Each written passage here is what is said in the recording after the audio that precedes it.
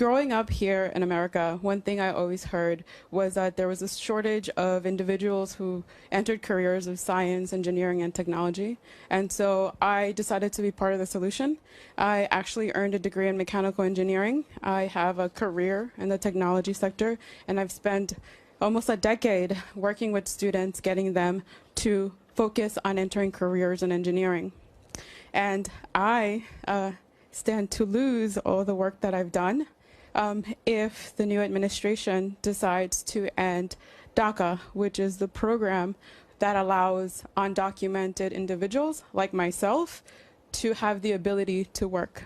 It's not an immigration status, it's just the ability to work. I will lose my career. My career will come to an end if that program ends.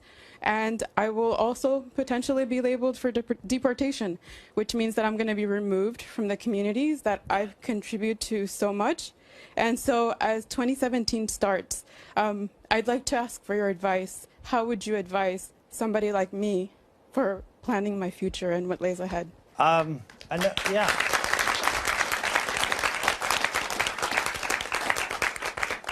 My own personal story is my father came to this country and was 7 years old. And the reason he came when he was 7 years old is because he wasn't allowed to come here. Wait, how old until were he you was 7 years old. I was 7. So, she was 7 years old. Right. So, and he wasn't allowed to come because there was a law in place that he couldn't come. My grandfather was here and spent the first 7 years living in America, working in America, but was not allowed to be with his family because of the immigration laws at the time. And I remember asking my father how, and he was in Mussolini's Italy, not a very, very, very pleasant place to be. And I remember asking him, and he hated Italy because it was a horrible childhood in his mind. And I asked him, I said, you know, did you ever resent America? He said, no, America was worth the wait. It was worth doing it the right way.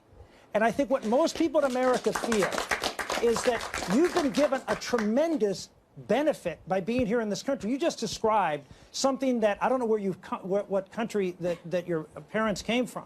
But my guess is you wouldn't have had the opportunities to be able to accomplish what you have.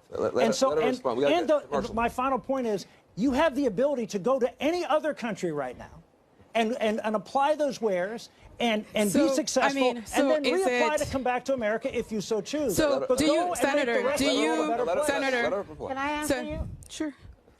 First of all, this is your country. No matter what he says, no matter what anybody else says, this is your country. And I, as an American, not what the law says. I, as an American, thank you for the contributions you are making to our joint country. I want you here. Now, if you're asking me my advice as to what you can do, I think what you're doing right now, anonymity is no longer an option for people like you. The government knows who you are. The government knows where you are. The government knows what you do. They have registered for this program. You've got to tell your stories and change and affect public opinion because your stories are beautiful. They're the stories of the American dream. Thank you. Thank you. You get the last word, man. Yeah.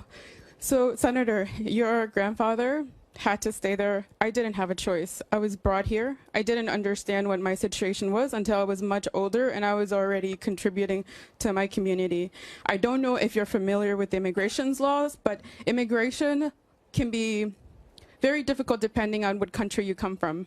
I come from Mexico, which means that, and I contemplated this when I was graduating high school because I was so desperate, I begged my parents to let me go back home. But what that meant is that I would have to go back home, and I'm banned for 10 years. And Mexicans are just, no matter how talented you are, no matter what you've contributed, there's just no way to get back. And that's the reason a lot of people risk their lives to come here. I bet that touches you, Senator. No, it's tragic to hear that. I have said that we need to relook at reentry, and 10 years is punitive. I would agree with that. We could probably make it a shorter period of time, but as much as I'm sympathetic with you, I'm also.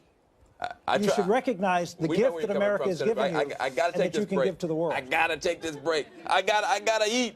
Okay, so listen, I want to thank Anna Navarro and Rick Santorum.